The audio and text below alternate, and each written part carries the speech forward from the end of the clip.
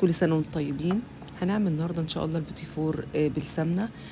قبل كده عملناه بالزبدة وطلع حلو جدا. وعملناه النهاردة بالسمنة. بصراحة الطريقتين كويسين والطريقتين صح. وكمان البيتي فور بالسمنة بيبقى ناعم، بس بصراحة مش بيتفرفت ولا بيتكسر ومتماسك. هقول لكم كمان على طريقة سهلة جدا للتزيين، من غير أدوات كتير ولا تعب، وكمان مناسب للمبتدئين. نسمي الله ونبدأ كده الخطوات مع بعض. معايا كوباية من السمنة الباردة، يعني بفككها على النار وبعاير الكوباية، وبعد كده بحطها في التلاجة واخرجها وابدأ اخفقها بالشكل ده. بنزل عليها بنص كوباية من السكر البودرة، وبكون نخلاه كويس. بالنسبة لكمية السكر، تقدري تزودي لحد كوباية سكر بودرة، بس بصراحة المقدار ده مظبوط جدا، والطعم كمان حلو قوي. هنزل ببيضة كاملة، نزلت عليها بكيس من الفانيليا ونزلت بيها مرة واحدة. لو هتضاعفي المقادير هتنزلي بالبيض واحدة واحدة، وتقلبي كده لحد ما تدمجي كل بيضة. شو بقى القوام كريمي جدا، كل مرحلة كده نديها وقتها. بالنسبة لكمية الدقيق، أنا هعمل هنا البيتي فور بالقطاعات، ممكن كمان بالمكنة. فهضيف هنا كوبايتين بالظبط من الدقيق.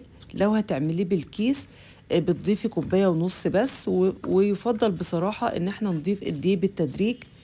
شو بقى العجينة متماسكة عشان نعرف نقطعها بكل سهولة. حتى لو العجينة طرية شوية تقدري ان انت تشيليها في التلاجة شوية.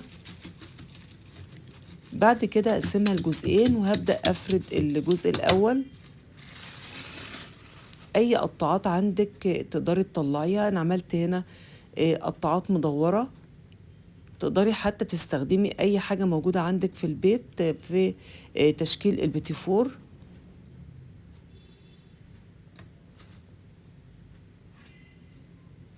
عملته هنا دواير، وبدأت افرغ برضو بعض من الدواير من النص باستخدام كده دايرة صغيرة. شو بقى اي قطعات عندك تقدري تستخدميها. انا قطعت هنا برضو شكل مختلف شوية.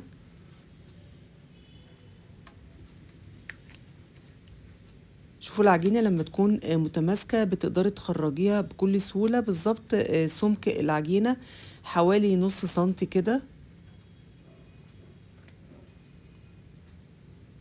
برضو الشكل ده جميل جدا. دي برضو قطاعة بصراحة طلعت حلوة قوي. انا كنت بستخدمها بطريقة غلط، يعني كانت العجينة طرية فما كانتش بتظبط. كمان لما بتيجي تشكلي بتنزلي بالعجين على صينية. دي برضو نفس القطاعة بس حجم أصغر. طبعا الصواني هنا مش مدهونة أي حاجة. باقي جزء كده من العجينة بصراحة حبيت أعمل الشكل ده، مكانش عندي غير الحجم الكبير. عملت قطعة واحدة بس. آخر قطعة عملتها صوابع كده، وبدأت أسويها من الأطراف. دي برضو بتبقى شكلها تحفة بصراحة في البيتي فور. يعني إن شاء الله كده أنا يعني من جمال الصوابع دي يمكن أعمل كمية كبيرة برضو من نفس الشكل. في جزء هنا برضو حطيته في قوالب السيليكون. المقدار ده بالظبط عمل لي 3 صواني. بدخلهم بقى فرن على درجة حرارة 160 أو 180 بالرف الأوسط. بياخد بالظبط حوالي من ربع لتلت ساعة. ناخد بالنا ونحرك الصواني باستمرار، ولو في مروحة بنشغلها.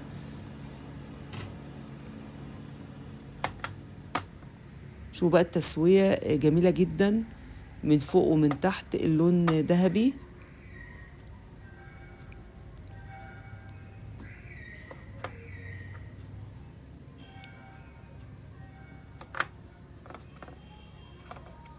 ودي بقى القطع الصغيرة نستخدمها في التشكيل ان شاء الله.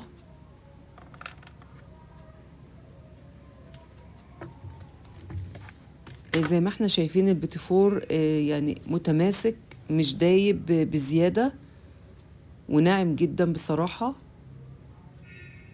هنا بقى جبت القوالب السيليكون، ودي شوكولاتة من غير اي اضافات. يعني مليت كده القوالب حوالي نصها بالظبط، يعني بلاش نملاها قوي. ودي شوكولاتة سيحتها في الميكروويف، ممكن على حمام مية. وهبدأ أغلف كل بيتي فور بالشوكولاتة.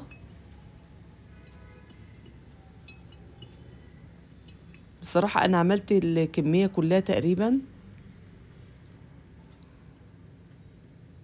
نحطها بقى على مفرش سيليكون، أو على ورق زبدة، أو على شبكة. شوف الجزء اللي احنا عملناه تحفة بجد في الشكل، عامل زي كده زهرة عباد الشمس. الشوكولاتة هنا بقى تماسكت يعني بالظبط حوالي 5 دقايق كده في التلاجة، وممكن حتى لو سبتها جنب كده بتمسك بسرعة. قطع بقى البيتي فور ببدأ أشيل كل الزوايد اللي على الأطراف، باستخدام بقى سكينة صغيرة كده أو مبشرة.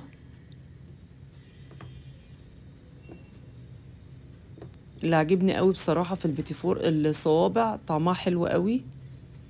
شو بقى بجيب القلب زي ما احنا شايفين، وبثبت عليه الوردة اللي احنا عملناها بالشوكولاتة. شو بتتثبت بكل سهولة، وبجد شكلها حلو قوي وبسيطة كده، ومن غير تعقيدات كتير. لان بصراحة بشوف طرق كتير يعني بحس ان انا تهت فيها، انما دي طريقة من وجهة نظري ان هي سهلة قوي، وتقدروا تنفذوها بكل سهولة. شكلي بقى بالطريقة اللي تحبيها، يعني حط الوردة كده على الجنب او في النص. لو عندك بقى مربى، انا بصراحة ما كانش عندي غير فراولة. بملى الفتحات دي بالفراولة. ممكن برضو بتستخدميها في تثبيت القطعتين على بعض، باستخدام بقى خطوط رفيعة كده من الشوكولاتة. بنبدأ نزين قطع البيتي فور. طريقة كده سهلة جدا، وكمان الشكل بسيط. تقدري هنا تستخدمي برضو شوكولاتة بيضة، بس بصراحة أنا حسيت إن نفس اللون أشيك وأجمل. شوفي يعني بصراحة من كمية دقيق وسمنة قليلين، مش كتير قوي. وتقدري كمان تستخدمي أي نوع عندك من السمنة تحبيه. عملنا كمية كبيرة جدا. شوفوا بقى الكمية دي لو هتشتروها من بره هتعمل مبلغ بصراحة كبير جدا. وهي الحكاية كلها استخدمنا كوبايتين من الدقيق وكوباية من السمنة. طبعا البيتي فور مش بتحطله بيكنج باودر خالص. القطعة بقى اللي احنا عملناها كده زي التارت، مليتها بالباقي الفراولة اللي كانت موجودة في الكيس، وحطيت بقى كده عليها القطع الصغيرة اللي احنا كنا عملناها. شوفوا البيتي فور بصراحة تحفة.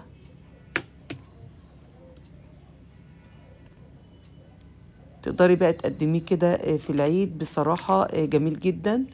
وتقدري طبعا تضاعفي المقادير وتلتزمي بصراحة بالمقادير دي، ان شاء الله تظبط معاكي. ده بقى طبق طرت صغير كده. شوفوا شكله حلو قوي. تحطيه في علبة طبعا وتقفليها. وبصراحة ناعم جدا. شوفوا لما بكسر واحدة، شوفوا النعومة والتسوية من جوه. بتمنى بقى وصفة النهاردة تكون عجبتكم. بشكركم شكرا جزيلا، والسلام عليكم ورحمة الله وبركاته.